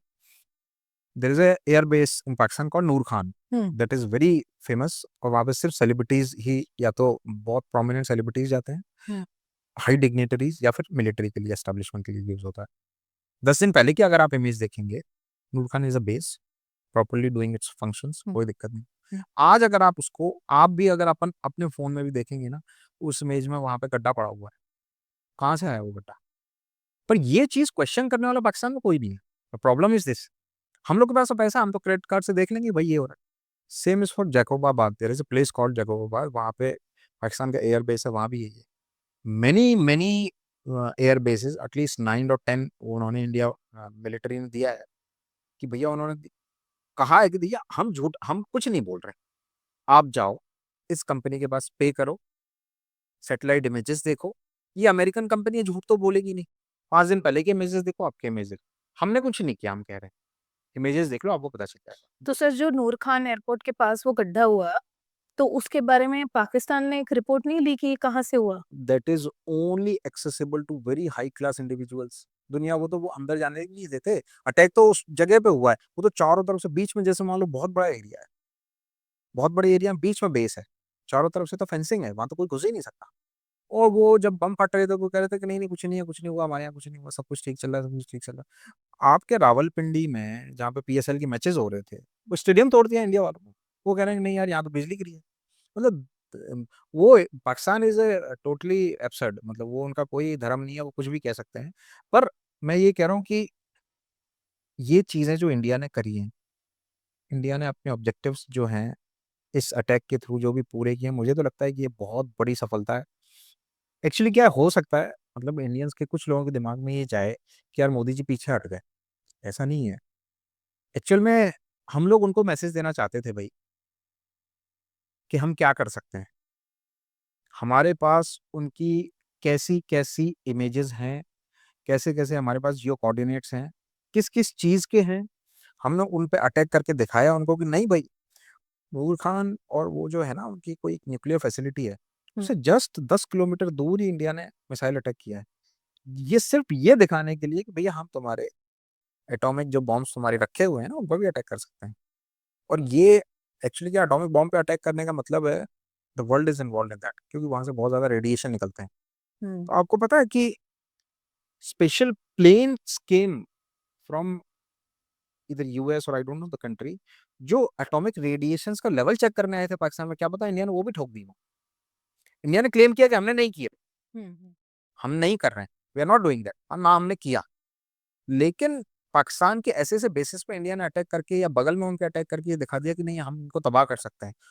जो बाहर वाली कंट्रीज है उनको लगा कि यार रेडिएशन लेवल ज्यादा फैला तो भैया क्राइसिस आ सकती है, ह्यूमैनिटेरियन क्राइसिस आ सकती है। उन्होंने गाड़ियां भेजी ये चेक करने के लिए कि सब कुछ ठीक है ना अभी एटॉमिक बेसिस में।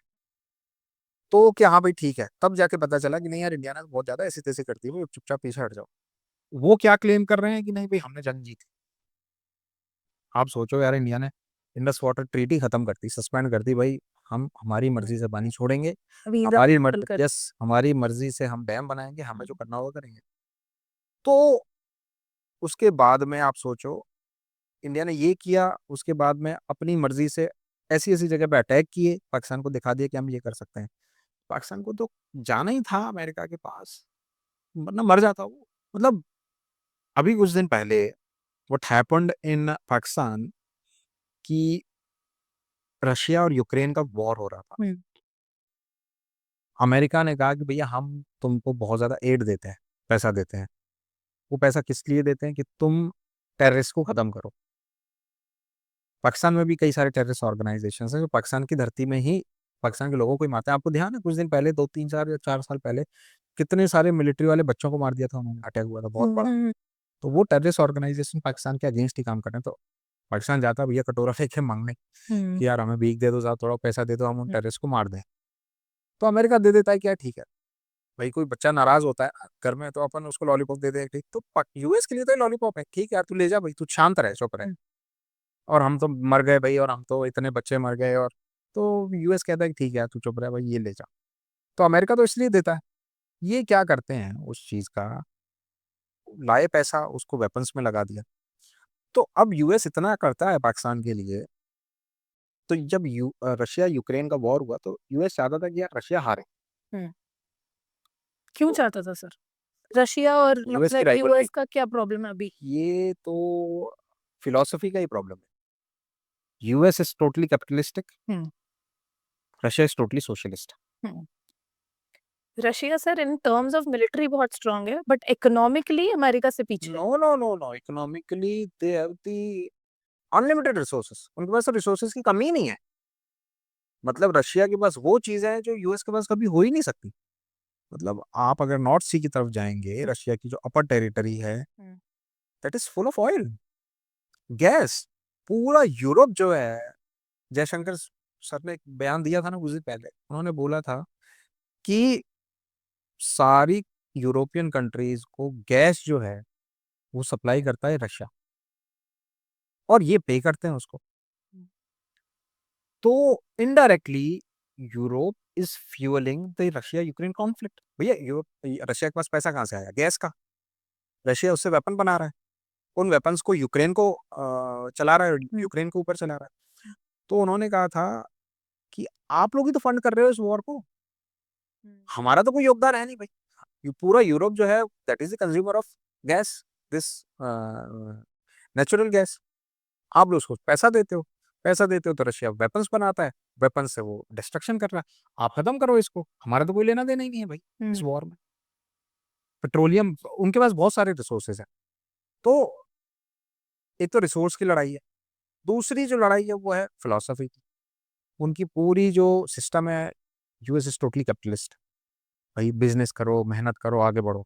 रशिया इज सोशलिस्ट, भाई सब कुछ स्टेट का है, ठीक है आप लोग करो काम, स्टेट सपोर्ट करेगा। तो ये तो भारत इटर्नल वॉर, देवता। हाँ इटर्नल वॉर है ये तो, दिस इज अ वॉर। ये तो भाई हमेशा एट वॉर ही रहेंगे, इनका तो ये है इशू। तो भाई रशिया, अमेरिका ने पाकिस्तान को बोला, I am coming back to the point, कि आप अपने जो वेपन्स हैं जो आपने क्रिएट करे, हम आपको लॉलीपॉप देते हैं, आप अपने वेपन्स दो यूक्रेन को। हम्म हम्म रशिया के अगेंस्ट। तो इंडिया, वो पाकिस्तान ने क्या किया कि अपने कुछ एम्यूनिशन जो है यूक्रेन को दे दिया। हम्म उससे पहले ये सिचुएशन थी कि अगर पाकिस्तान आज की तारीख में लड़े तो 7 दिन का उनके पास एम्यूनिशन है, 7 दिन में लड़ सकते हैं, 7 दिन के बाद, 8वें दिन के बाद उसके पास एम्यूनिशन नहीं है। यूक्रेन को देने के बाद उनके पास मात्र 4 से 5 दिन का एम्यूनिशन बचा है। अब सोचो, ऐसी स्थिति में कोई कंट्री क्यों इंडिया पर अटैक करेगा?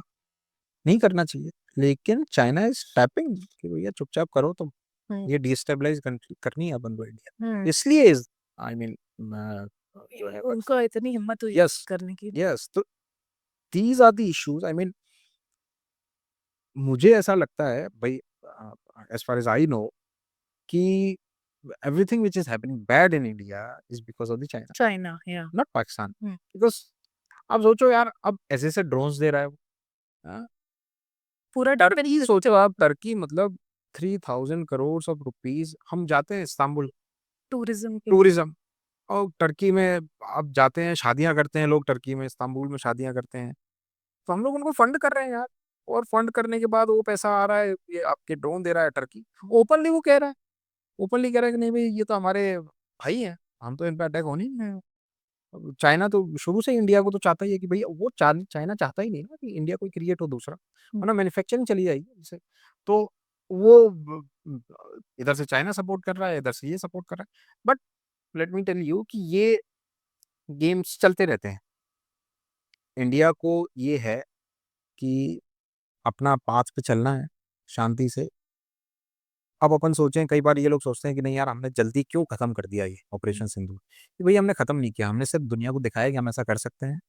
हम इसको एस्केलेट इसलिए नहीं कर रहे हैं क्योंकि हमारी, उसके लिए भी, हमारे लिए भी तो कॉस्ट है वो।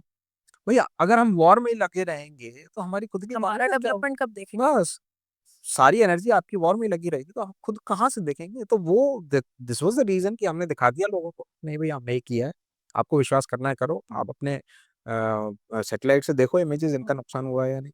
और हमने सर जो, लेकिन बीच में फिर ट्रम्प क्यों आया था ये बोलने कि तुम दोनों देश लड़ो मत, सीज फायर कर लेते हैं? ये एक्चुअली क्या है, ये बड़बोलापन है, ये आया था, ये सिर्फ बड़बोलापन है। आपने देखा, एक जायसवाल साहब है अपने मिनिस्ट्री ऑफ एक्सटर्नल अफेयर्स के, उन्होंने प्रेस ब्रीफिंग करी है कल परसों, उन्होंने साफ कहा है कि भैया ट्रम्प का कोई रोल नहीं है, साफ कहा है उन्होंने। हम्म अब आप किसी कंट्री को इंटरनेशनल रिलेशन में, तुम अगर सच में हेल्प करना चाहते हो, हमें आर्म्स एम्यूनिशंस वेपन्स दे दो। बस आप, मतलब आप ये नहीं कह सकते, मान लो आप एक अलग कंट्री हो, मैं एक अलग कंट्री हूँ, मैं ये नहीं कह सकता कि नहीं यार तुम गलत हो हम्म डायरेक्टली। हम्म क्यों? क्योंकि इंटरनेशनल रिलेशन में थोड़े कायदे होते हैं, हम्म कहने के तरीके होते हैं। जायसवाल साहब ने वो कह दिया कि देखो यार भैया, ये कोई वो ट्रेड फ्रेड का कुछ नहीं है, हमारा ट्रेड जो है वो अकेला यूएस नहीं जाता, पूरे वर्ल्ड में हमारे ट्रेड है भाई। हम्म और यूएस एक ऐसा कंट्री नहीं है जो भाई हम उसी के साथ उसी के भरोसे जी रहे हैं। हमारा खुद की भी इकोनॉमी है, हम वी आर 1.4 बिलियन पीपल यार, 1/5 ऑफ द वर्ल्ड पॉपुलेशन, हमें जरूरत ही क्या है, हमारा डोमेस्टिक मार्केट ही इतना है, क्यों हम जाएंगे दूसरे लोगों के पास। अपने देश में बेच सब सोचो रहा है यार, 2.5 लाख करोड़ पर मंथ का जीएसटी कलेक्शन है इंडिया के पास।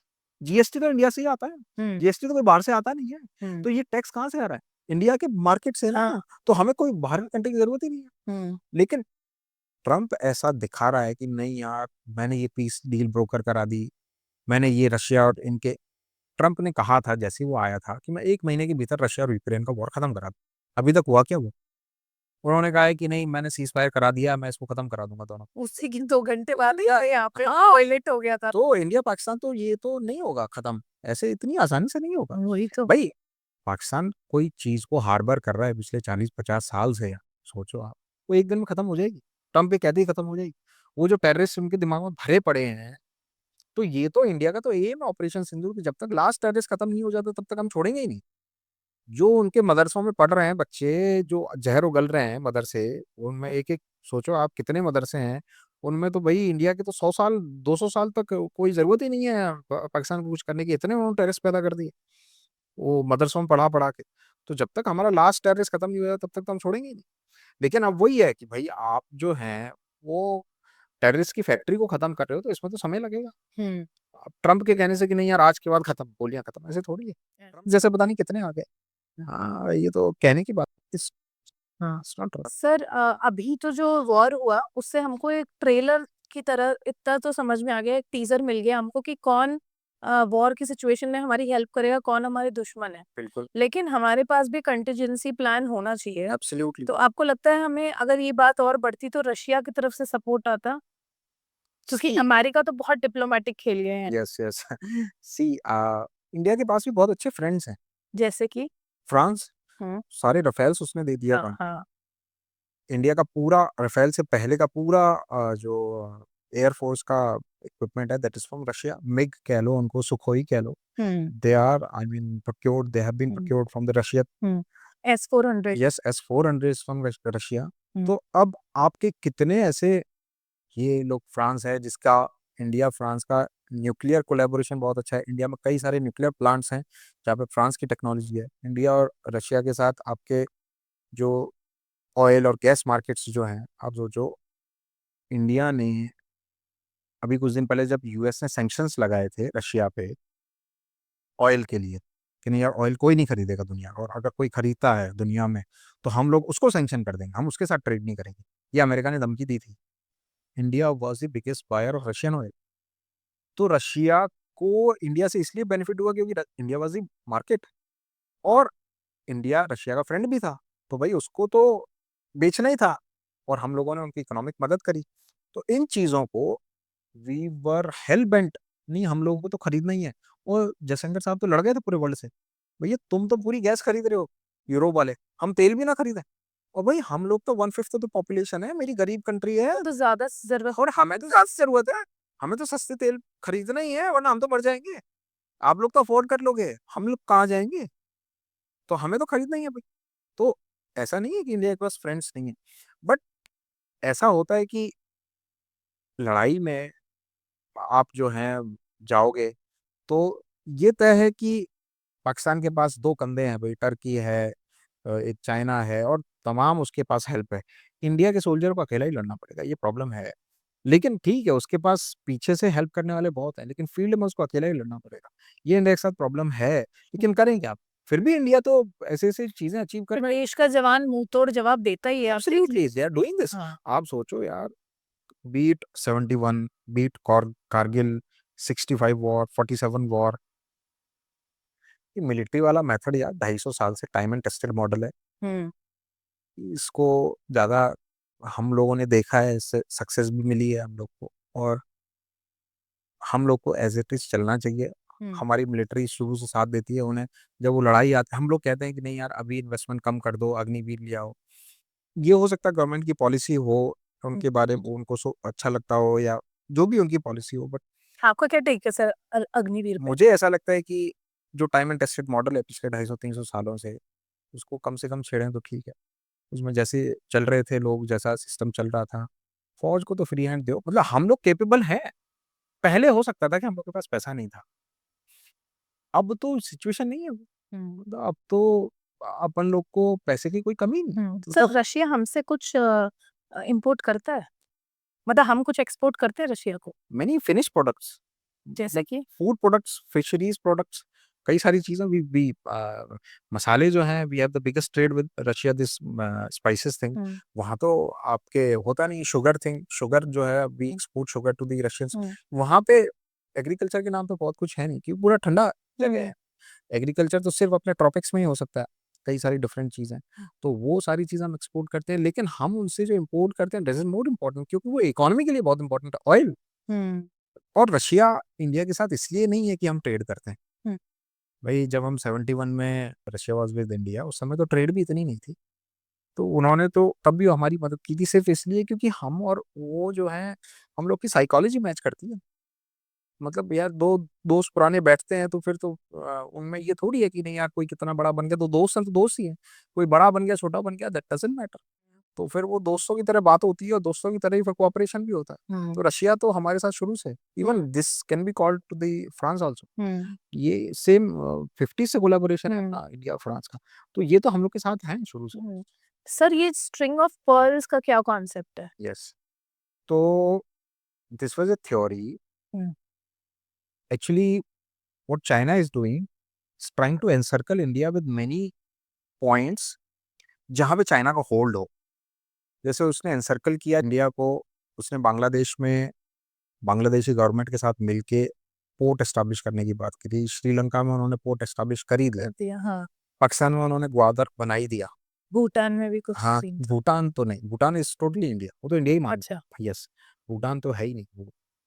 स्ट्रिंग ऑफ पर्ल्स मतलब मोतियों की माला, और मोतियों की माला उन्होंने ऐसे कई पॉइंट्स एनसर्कल किए इंडिया के चारों तरफ, जो इंडिया का वी शेप जो है अपना पेनिनसुलर रीजन है, उसके चारों तरफ ऐसे आपके ये जो है ना, मॉलडीव्स के बगल में, not able to recall that island, वहां भी उन्होंने एक बेस बनाया। तो फिर आपके पाकिस्तान में भी बनाया, तो उन्होंने इंडिया को चारों तरफ से काउंटर और या फिर मिलिट्रीली और एक तरह से उनको घेरने की कोशिश की। This is basically string of pearls, मतलब उसने कई सारे मोती बनाए चाइना ने इंडिया को एंसर करने का। उन्होंने कोशिश की, दे वर बिट सक्सेसफुल इन दैट।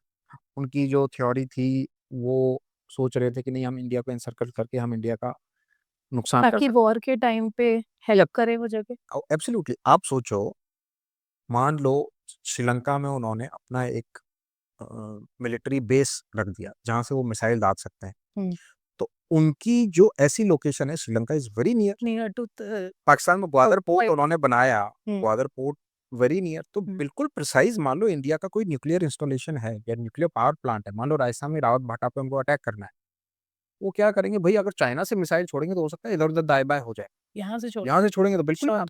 तो इसीलिए उन्होंने इस स्ट्रिंग ऑफ पर्ल्स जो है वो बनाने की कोशिश की थी कि भाई हम तो इंडिया को ऐसे ऐसे पॉइंट्स पे और exact precisely those locations where it could hurt India most, तो हम अटैक कर सकते हैं। उन्हें क्या करना है, उन्हें मिसाइल्स लानी है, यहाँ से दाग दी बस। बट देखिए ना सर, चाइना बहुत क्लेवरली हमको घेर रहा है। जैसे अभी जब वॉर हुआ था तो मोस्टली कौन से पंजाब के साइड्स इफेक्ट हुए, थोड़ा सा राजस्थान का जो बॉर्डर्स है जैसलमेर तरफ वगैरह इफेक्ट हुआ, जम्मू कश्मीर उस तरफ हुआ। इस तरफ अगर आप देखोगे तो थोड़ा सिक्योर था, मतलब गुजरात में भी जो बॉर्डर्स है वहां तक आया, उसके बाद गोवा और जो साउथ इंडिया था वो काफी है। लेकिन अगर चाइना श्रीलंका को मतलब पोर्ट बनाता है तो फिर साउथ इंडिया पूरा वोला बेल्ट इफेक्ट हो जाएगा, क्योंकि ऊपर से तो ये लोग ने कवर कर ही रखा है पाकिस्तान के। Yes. आप सोचो ना, there was a statement from Bangladeshi PM, जब इंडिया ने पाकिस्तान ने पहलगाम किया, तो बांग्लादेशी पीएम का ये बयान था भाई कि अगर इंडिया ने पाकिस्तान पे अटैक किया तो हम इंडिया की 7 सिस्टर्स को ले लेंगे। ये बांग्लादेश के पीएम का बयान है। यूनुस जो है उनका, मोहम्मद यूनुस, उसका कहा है, ये हम भाई छोड़ेंगे नहीं इंडिया को। तो ये इनको शय कौन दे रहा है, चाइना ही दे रहा है। इतनी तो किसी की हिम्मत ही नहीं है इस एरिया में, इंडिया से लड़ जाए। क्या है बांग्लादेश, क्या है, छोटा सा देश है, एक मिसाइल में खत्म है पूरा। लेकिन फिर भी उनकी हिम्मत देखो, ये कौन करवा रहा है, चाइना तो करवा रहा है। तो उन्होंने ये ऐसे बोल दिया, तो मतलब आप सी द सिचुएशन कि भाई कितना ज्यादा, मतलब इंडिया को एनसर्कल करने की सर ये कोशिश। गेम बहुत डर्टी हो Yes, जाएगा yes. अगर मतलब तो इसीलिए तो भाई आप सोचो, हम लोग कई बार ये अपन इंडिया के अपने खुद के घर में भी देखते हैं। हम लोग घर एक का बेदी लंका ढाए। हाँ, वही है। तो अ, सबसे बड़ी चीज़ तो हम लोग यही सोचते हैं ना कि भई लेट्स सी कि हम लोग सोचते हैं कि यार हमारा टैक्स बच जाए, लेट्स सपोज़। यार गवर्नमेंट को टैक्स दोगे आप दोगे नहीं, तो यार फिर कैसे गवर्नमेंट की इनकम होगी? कैसे वो डेवलपमेंट करेगी? कैसे वो कोई चीज़ बनाएगी? मान लो बॉर्डर पे कोई रोड बनानी है, मान लो आपको अरुणाचल प्रदेश में कोई रोड बनानी है, उसके लिए पैसा चाहिए। अरुणाचल प्रदेश में आपने कोई रोड बनाई, वहाँ से आप प्रिसाइज़ली चाइना में कोई मान लो पॉइंट है, तो वहाँ आप उनकी लोकेशन में बॉम्ब तो भेज सकते हो। अब राजस्थान से थोड़ी भेजोगे बॉम्ब। भेजोगे चलो ठीक है, लेकिन इधर-उधर हो गया तो उसके लिए तो पैसा चाहिए। तो इसके लिए तो ये अपन को घर में भी ये जो टैक्स वाली चीज़ें हैं, इनका खुद का ध्यान रखना पड़ेगा। सब लोग अच्छे से टैक्स भरें, सब लोग अच्छे से अपना काम करें। त वो इवेंचुअली हमारे देश के उद्धार के लिए लग रहा है, यस, हमारी ऑफ कोर्स, प्रोटेक्शन के लिए ही है। Yes, of course this is तो ये चीज़ें हम लोग को भी खुद अपने घर में सुधार करना ही चाहिए। ये चीज़ें भी हैं, इंडिया ने भी खुद कई सुधार किया है, कई सारे टैक्स वाले सिस्टम्स को ट्रांसपेरेंट किया है, उनको ऐसे मजबूत टैक्स सिस्टम बना दिए हैं कि आप उनसे लूपहोल्स या लीक हो ही नहीं सकता। तो India is doing it's bit. हम लोग एज़ सिटिज़न्स भी अपना काम करना चाहिए। सर जैसे पहलगाम अटैक हुआ था, तो एक तरफ तो लोगों के दिल में बहुत आक्रोश था, यस, बहुत गुस्सा था कि ये कैसे हो गया। और कुछ लोग हमारे इंडिया में से, मुझे लगता है एक इंडिया में 2 इंडिया है, क्योंकि ओपिनियन लोगों के अलग-अलग होते हैं। यस, तो जो दूसरा इंडिया था, वो कह रहे थे कि आपको कैसे पता कि टेररिस्ट पाकिस्तान से ही आए थे? And this was an Indian speaking to another Indian. Yes, अगर कोई दूसरे कंट्री का इंसान आके हमारे बारे में बोल के चले जाए ना, तो हमें लगेगा यार वो क्या जानते हैं हमारे बारे में। लेकिन जब आप, ऐसा होता है ना कि आपको कोई कुछ भी सुना दे, आपको फर्क नहीं पड़ता, आपके खुद माता पिता आपको बोल दें तो आपको सबसे ज्यादा हर्ट होता है। तो मुझे ऐसा लगता है कि either people should live in the country they like, yes. और they should leave the country they don't like. दरवाजे खुले हुए हैं भाई, प्लीज जाइए। जिसको नहीं समझ में आ रहा है इंडिया में, वो जा सकते हैं। आप जहाँ पे रहते हो, जहाँ का खाते हो, जहाँ का पहनते हो, जहाँ शिक्षा मिली आपको, आपको जमीन मिली रहने के लिए, आप उसी जगह के लिए बोल रहे हो। आपको कैसे पता कि टेररिस्ट पाकिस्तान से आए थे? मतलब आइए इसको मारो पहले, यस, पाकिस्तान को बाद में ये बहुत ज़रूरी चीज़ है। सी गवर्नमेंट अगर कोई चीज़ क्लेम कर रही है कि भई हमने ऐसा किया, तो यार गवर्नमेंट तो ultimate source of knowledge, ultimate source of news तो वही है। कंफर्मेशन के बाद ही हाँ, पाएंगे ना यार। And you are doubting a country's military और अ कंट्रीज़ गवर्नमेंट कैसे पॉसिबल है यार? तुम क्यों डाउट कर रहे हो भाई? मतलब आप ये सोचो, ये तो बिल्कुल साफ है ना। उन्होंने ये पूछा, वहाँ पे एक एग्ज़ाम्पल था ना पहलगाम में, एक व्यक्ति थे, वो एक प्रोफ़ेसर थे, उन्होंने कलमा पढ़ दिया था, उनको छोड़ दिया था। चाइना में तो मुस्लिम है नहीं ना भई, कहाँ से आएँगे वो? साफ ही दिख रहा है पाकिस्तान से आएँगे। ठीक है, उसके पीछे किसका भी हाथ हो, लेकिन आए तो पाकिस्तान से ही थे ना। हिंदुओं को मारा, मुस्लिम्स को छोड़ दिया। कलमा पढ़वा रहे हैं, जिन्होंने कलमा पढ़ दिया उनको भी छोड़ दिया। तो ये तो सीधी-सी बात है, पाकिस्तान ही कर रहा है। अब लोग ये कह रहे हैं यार कि पाकिस्तान तो हमारा, कैसे हम प्रूव करेंगे? तो भैया तुम्हें प्रूव कराने के लिए हम क्या करें भई? मतलब हम क्या क्या तुम्हें प्रूफ दें कि भई ये पाकिस्तान ने किया है। इससे बेटर है तुम्हें अगर पाकिस्तान से सिम्पैथी है, जस्ट गो देयर ना, लिव पीसफुली। मतलब आप कैसी कंट्री में रहना चाहते हो मुझे बताओ? आपको इतनी फ्रीडम तो है यहाँ पे कि आप कुछ भी बोल सकते हो। पाकिस्तान में आपको ये भी फ्रीडम नहीं है, वो मार देंगे यार।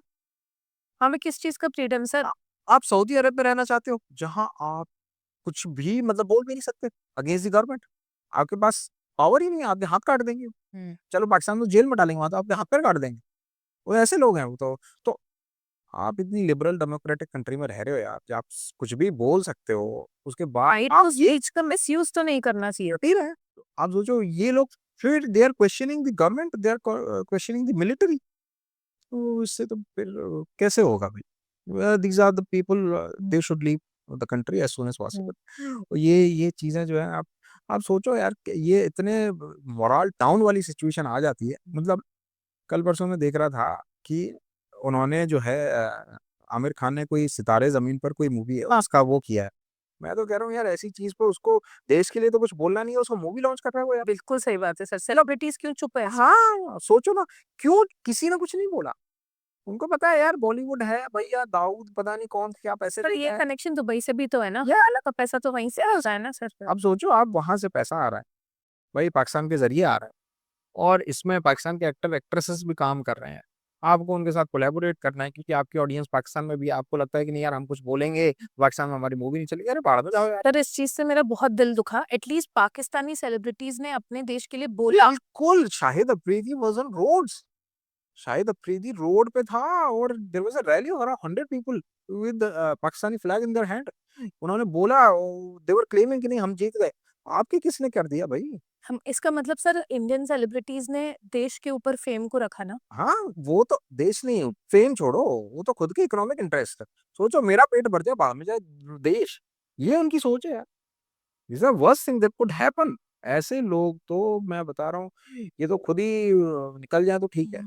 सर पहले कंगना रनावत की जब मैं स्पीच वगैरह सुनती थी मुझे लगता था यार ये इतना ओवर रिएक्ट क्यों करती हैं, लेकिन अब जब मुझे लगता है कि नहीं यार ये अगर एक इंसान के साथ पहलगाम में वहां पे हो सकता था तो वो आपके साथ भी हो सकता था, मेरे साथ में भी हो सकती थी, वहाँ आप भी हो सकते, कोई भी हो सकता था।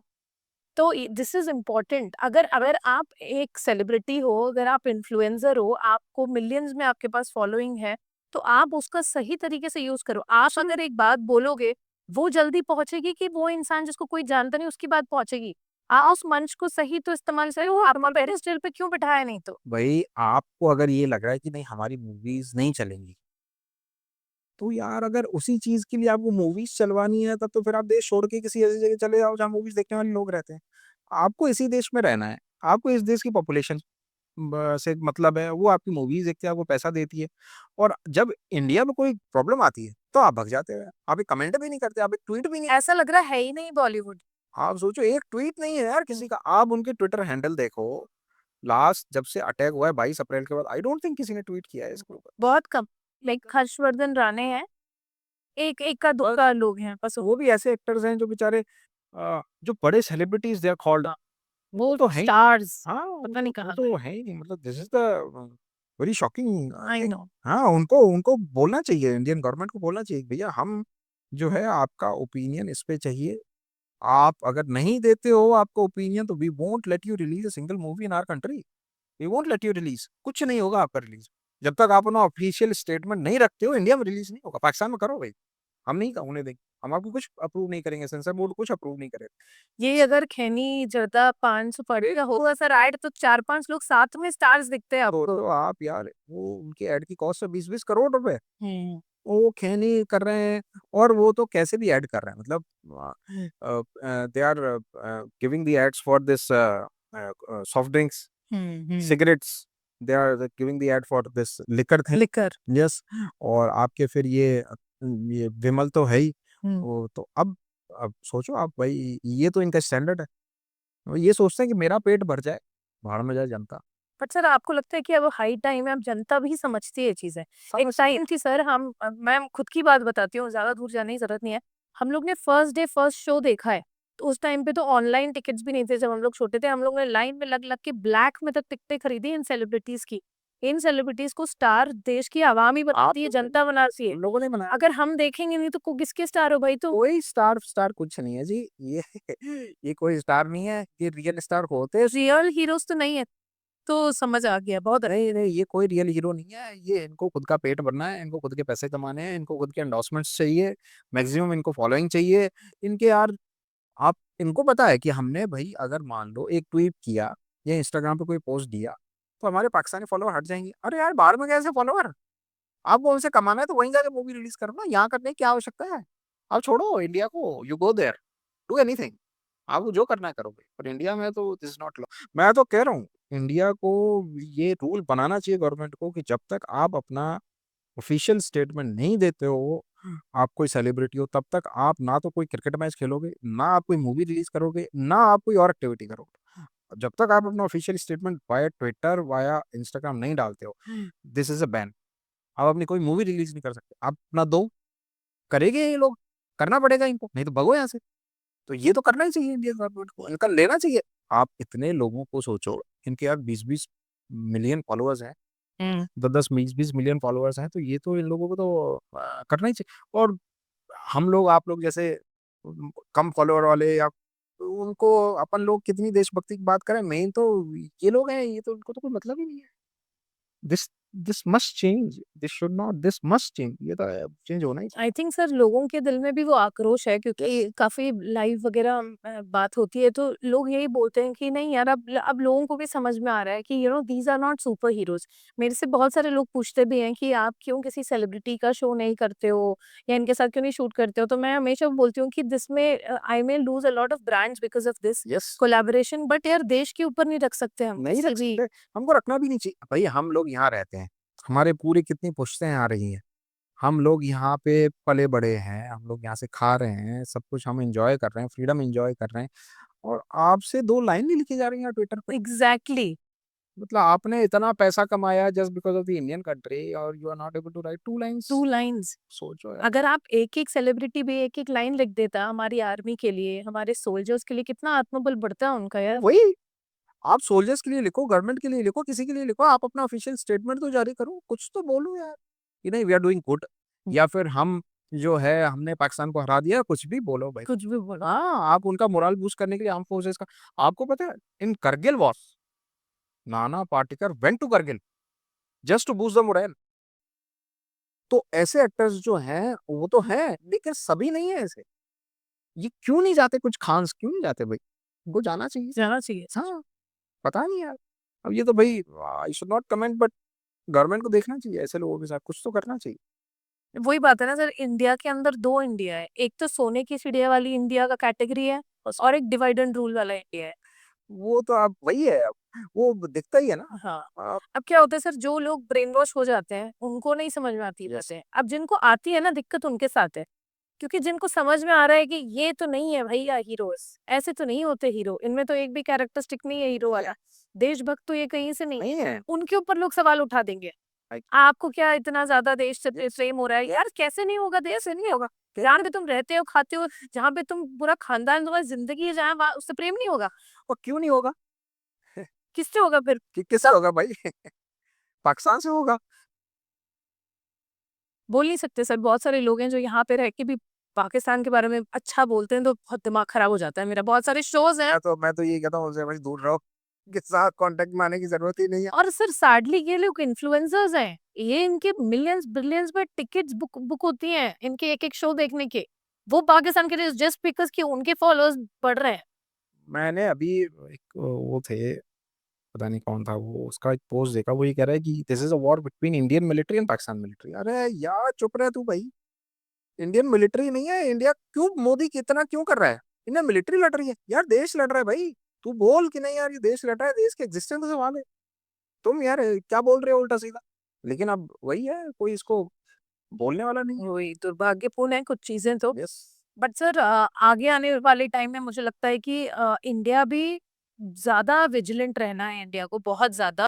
There must be policies, there must be thoughts and there must be discussions about this कि नहीं यार, हम लोग सी इसराइल में there is a concept of conscription I think, वहाँ सभी लोगों को 3 महीने या 6 महीने की मिलिट्री ट्रेनिंग दी जाती है और वो अनिवार्य है, आप उसे रह नहीं सकते, आपको हथियार चलाना आना चाहिए सभी लोगों को, और आपको कुछ काम देश हित में सीखने ही पड़ेंगे, ये इंडिया में भी करना चाहिए। बिल्कुल करना चाहिए सर। क्यों? ऑटो क्योंकि कॉम्बैट। मैं एक चीज मैं मतलब सोचता हूँ कभी कभी, इंडिया में कई बार अपन सोचते हैं कि बेस्ट एग्जांपल होगा पहलगाम का ही।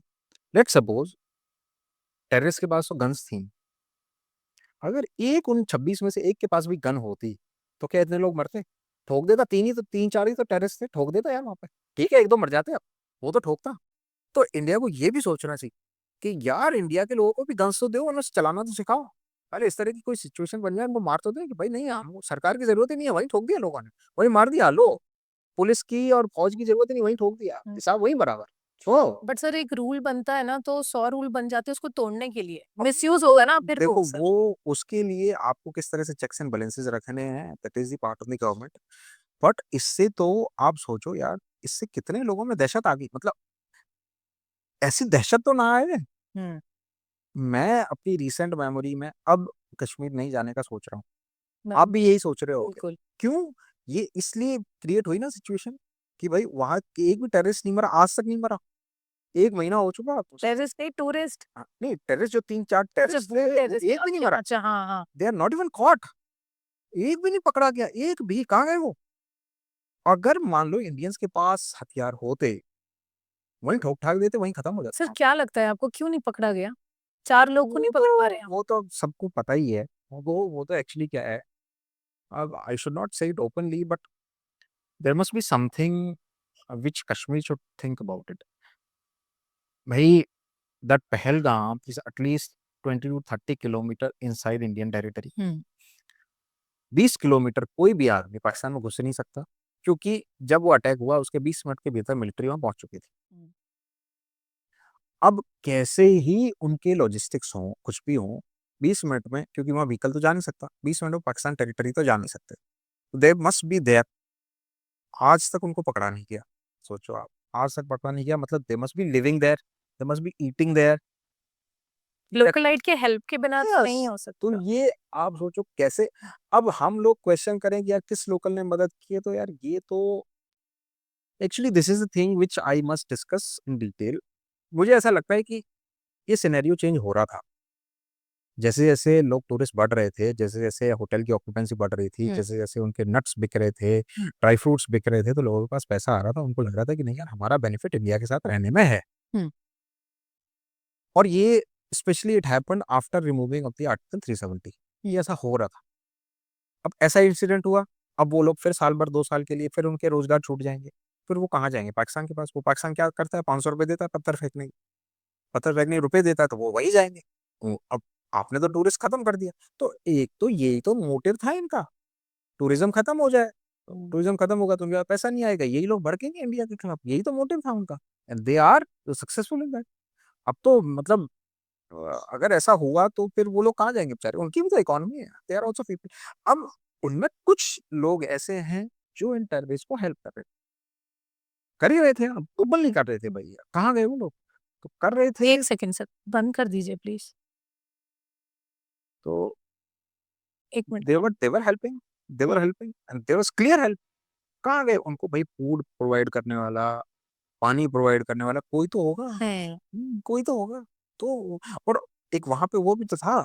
एक एक लेडी ने, कानपुर की, पता नहीं किसने, उसने ओपनली कहा भी तो है सरकार से कि एक आदमी ने मुझसे एक दिन पहले मुझसे धर्म पूछा था, और मैं तो वहां एक दिन पहले घूम के आ गई थी, और वो धर्म पूछा था, तो इसका मतलब वो पुनी राइडर को तो फौजियों ने पकड़ लिया है उसको।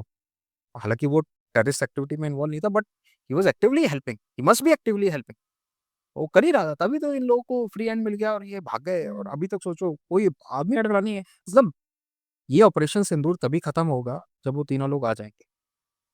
दिस दिस और ये देख लेना, इंडिया पकड़ के रहेगा, चाहे किसी भी कंट्री में जाके छुप जाए वो। छुप नहीं सकते, लेकिन वो चाहेंगे, वो इंडिया पकड़ेगा। लेकिन अब वही है, जब तक लग रहा है, टाइम लग रहा है। और ये बिना लोकल लोगों की हेल्प के बिना तो पॉसिबल नहीं पॉसिबल है सर। बस।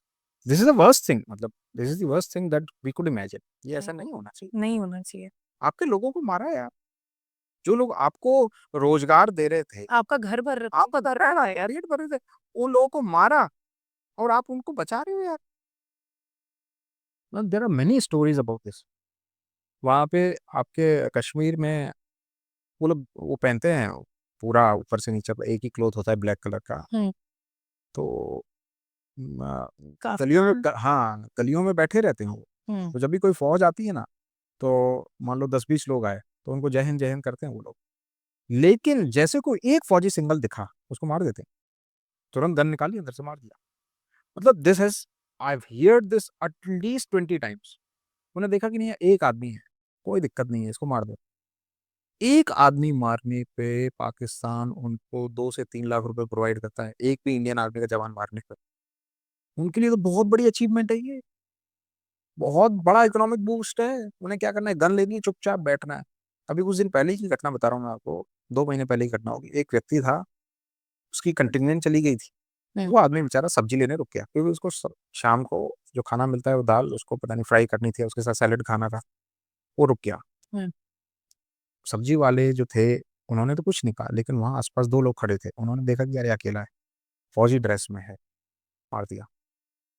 मारने के बाद वो फोटोग्राफ्स भेजते हैं कि देखो, जियो टैग्ड फोटोग्राफ भेजते हैं पाकिस्तान को, देखो हमने एक फौजी मारा है इंडियन आर्मी का, ये है। उसका आई कार्ड की फोटो भेजते हैं और फिर उसको उनके खाते में पैसे क्रेडिट होते हैं। This is the policy Pakistan. तो सोचो यार, मतलब जो आर्मी आपको, सबसे ज्यादा आर्मी जम्मू कश्मीर में ही है। ये तो है नहीं भाई कि जम्मू कश्मीर की आर्मी का सारा राशन वहीं से जा रहा होगा, कुछ तो वहीं से प्रोक्योर करते होंगे लोकली। हम्म लोकली प्रोक्योर करते हैं तो वहां तो वही लोकल लोगों की इकोनॉमी बढ़ रही है, हम्म उन्हीं की बूस्ट हो रही है। हम्म बढ़ रही है तो वो उन लोगों को भी नहीं बख्श रहे यार। ऐसे कैसे लोग हैं भाई? लेकिन this was changing after the removal of article 370, but unfortunately ये अब थोड़ा सा इसको समय लगेगा वापस ट्रैक पर। होने में ट्रैक ये पे आने में। तो सर बहुत बहुत थैंक यू, बहुत डिटेल में आज जियो पॉलिटिक्स के बारे में बात करी हमने। और सबसे जो समझने वाली बात है वो ये है कि इंग्लिश में एक कहावत है कि keep your friends close but enemies closer. मतलब अपने दोस्तों को करीब रखो लेकिन दुश्मनों को ज्यादा करीब रखो, क्योंकि अब इंडिया का जिस तरीके से स्थिति हमें दिखता है, इससे यही समझ में आता है कि इंडिया को इन टर्म्स ऑफ विजिलेंस बहुत ज्यादा अलर्ट रहना पड़ेगा, और किसी पे भी वो आंख बंद करके विश्वास नहीं कर सकता है, चाहे वो कोई भी कंट्री हो। अपना जो आपका कंटिजेंसी प्लान है वो आपको खुद ही तैयार करना है, अपनी टीम अपना देश खुद ही बचाना है भाई हमको। तो Rahul sir thank you you sir.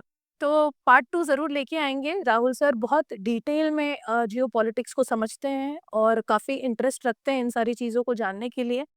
तो आप लोग भी जरा सोचो, देखो ये वाला शो और समझो कि एग्जैक्टली हम जो हमारी जो इंडिया है वो किस दिशा में जा रही है।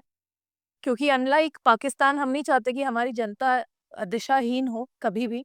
तो पॉडकास्ट को आई एम श्योर आपने देखा होगा, समझी होंगी बहुत सारी बातें। लाइक शेयर सब्सक्राइब जरूर करिए और अपने फ्रेंड्स को भी भेजिए, स्पेशली सारे इंडियंस को भेजिए, क्योंकि अब टाइम है कि हम अवॉइड नहीं कर सकते हैं बहुत सारी चीजें। हर एक इंसान को जागरूक होना बहुत ज्यादा जरूरी है। तो द अय्यर शो में फिर लौटेंगे किसी ऐसे ही इंटरेस्टिंग पॉडकास्ट एपिसोड के साथ। आप लाइक शेयर सब्सक्राइब जरूर करिए। Thank you.